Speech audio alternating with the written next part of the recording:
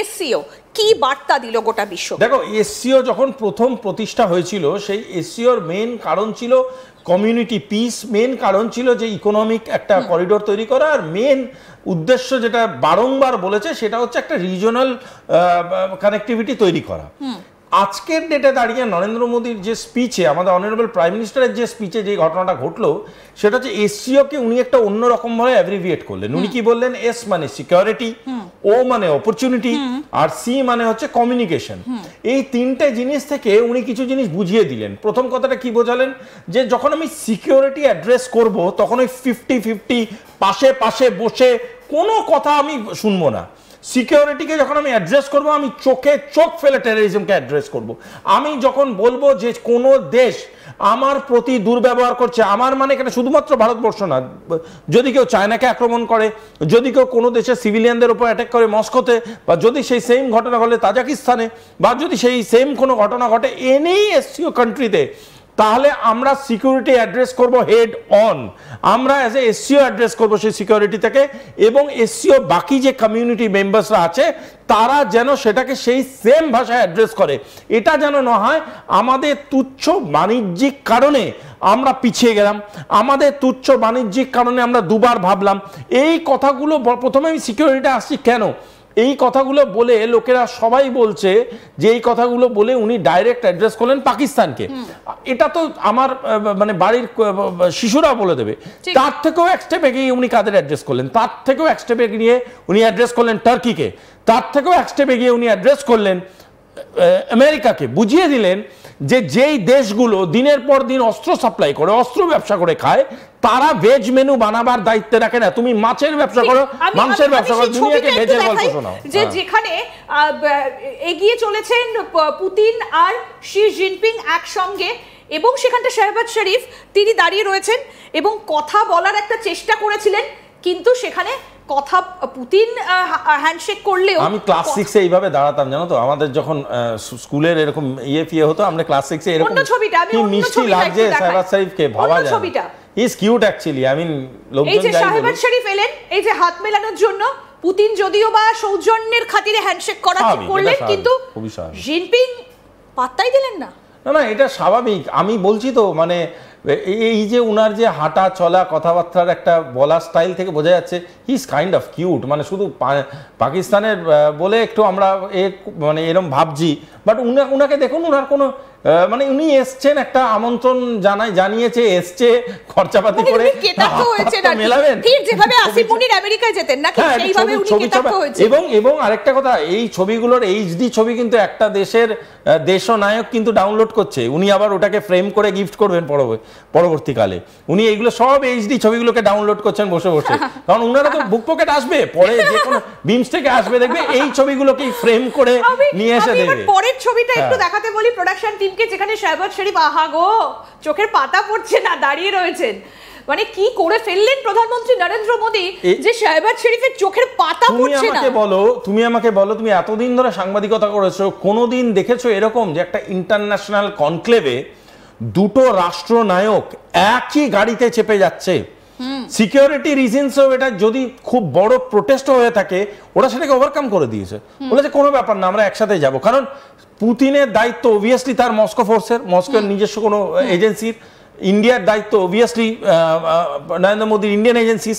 তারা যদি একসাথে তাদেরকে ওভারকাম করে একসাথে নিয়ে বসে একটা গাড়ি করে যাচ্ছে, তার মানে বুঝতে পারছো আজকের ডেটে কি বার্তাটা দিতে চাইছে এরা? কত বড় একটা বার্তা পৃথিবীকে দিয়ে দিল, যে সেলফ সিকিউরিটির থেকেও অনেক ইম্পর্টেন্ট গোটা বিশ্বকে একটা বার্তা দেওয়া, যে we are together. The sense of togetherness, যেটা সোভিয়েতের ক্ষেত্রে 40 ফ্লিটের গল্প শুনে শুনে আমরা বড় হয়েছি, আজকের যেটা রাশিয়া, সেই রাশিয়াকে পাশে বসিয়ে একই গাড়িতে গিয়ে গোটা পৃথিবীকে একটা বার্তা দিয়ে দিল। এবং এই বার্তাটা কিন্তু কোনো সাইলেন্ট বার্তা বা ছোট বার্তা নয়, এটা এত বড় বার্তা যে গোটা পৃথিবী কিন্তু কানে বাজ দিয়ে শুনছে।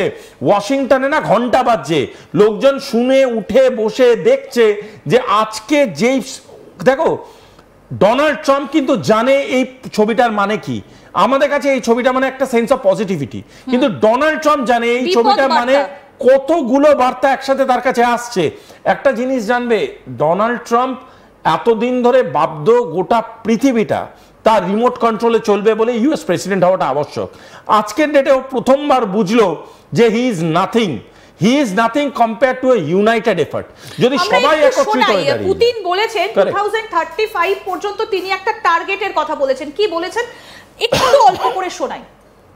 আমি 2035 সাল পর্যন্ত সেও উন্নয়ন কৌশলের কথা উল্লেখ করতে চাই, যা আজ গৃহীত হচ্ছে এবং যা রাজনীতি, অর্থনীতি, নিরাপত্তা এবং মানবিক বিষয়ে সংগঠনের কার্যক্রমের মূল দিক নির্দেশনা নির্ধারণ করে।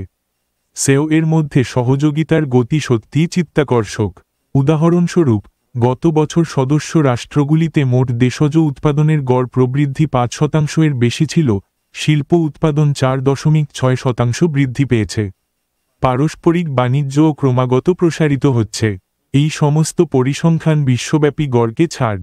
কাজ শুরু হয়েছে এবং আমি তাকে মার্কিন রাষ্ট্রপতির সাথে আমাদের আলোচনায় আমরা কি অর্জন করেছি সে সম্পর্কে বিস্তারিতভাবে অবহিত করেছি।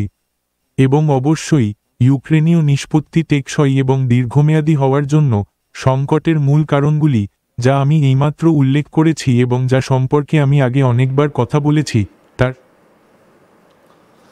একদমই মানে 2035 সাল পর্যন্ত মানে কি করবেন এই যে এসসিওর, আমরা একটা এআই অনুবাদ করেছি আর পুতিন কি বলেছেন সেটা সবার বোঝার সুবিধার জন্য। মানে 2035 সাল পর্যন্ত একটা বড় টার্গেট, এমনকি একটা বাণিজ্যের বিষয়েও কিন্তু পুতিনের নজর রয়েছে। মানে এই দেশগুলো কিভাবে ট্রেড করবে, কিভাবে বাণিজ্য করবে বলেছেন। আমরা সেই বক্তব্যটাও একটু ছোট্ট করে শোনাই, তারপর আসছি। সদস্য রাষ্ট্রগুলিতে মোট দেশজ উৎপাদনের গড় প্রবৃদ্ধি 5% এর বেশি ছিল, শিল্প উৎপাদন 4.6% বৃদ্ধি পেয়েছে। পারস্পরিক বাণিজ্যও ক্রমাগত প্রসারিত হচ্ছে। এই সমস্ত পরিসংখ্যান বিশ্বব্যাপী গড়কে ছাড়। কাজ শুরু হয়েছে এবং আমি তাকে মার্কিন রাষ্ট্রপতির সাথে আমাদের আলোচনায় আমরা কি অর্জন করেছি সে সম্পর্কে বিস্তারিতভাবে অবহিত করেছি। এবং অবশ্যই, ইউক্রেনীয় নিষ্পত্তি টেকসই এবং দীর্ঘমেয়াদী হওয়ার জন্য সংকটের মূল কারণগুলি, যা আমি এইমাত্র উল্লেখ করেছি এবং যা সম্পর্কে আমি আগে অনেকবার কথা বলেছি, তার সমাধান করতে হবে। নিরাপত্তা ক্ষেত্রে একটি ন্যায্য ভারসাম্য পুনরুদ্ধার করতে হবে। স্বাভাবিকভাবেই, সেও এর অগ্রাধিকারমূলক কাজগুলির মধ্যে একটি হল সদস্য রাষ্ট্রগুলিতে এবং তাদের বহিরাগত সীমান্তে স্থিতিশীলতা বজায় রাখা। একদমই, আমরা যে 5টা নির্দেশনার কথা বলছিলাম প্রথম থেকে নির্দেশ, তার মধ্যে আমরা শুনলাম যে একটা হচ্ছে সিকিউরিটি, যেটা পুতিনও বলেছেন এবং নরেন্দ্র মোদীও সেই কথাই বলেছেন। এরপরে আমরা সেকেন্ড পয়েন্টে আসবো, একটু দ্রুত আসবো এবার। হ্যাঁ, এবার গোটা ঘটনাটাই একটা জিনিস দেখলে, দুজনের মধ্যে কথা যখন বলছে, দুজনের স্পিচ কিন্তু দুজনের মিরর ইমেজ। একদম এক টেবিলে এক বার্তা, একই স্টাইলে এক কথা বলে গেল। ইকোনমিক ডেভেলপমেন্ট, পিস, স্টেবিলিটি, এই তিনটে কোনো গাছ থেকে পাড়া ফল হতে পারে না। এই তিনটের জন্য সবাইকে একত্রিতভাবে কাজ করতে হবে।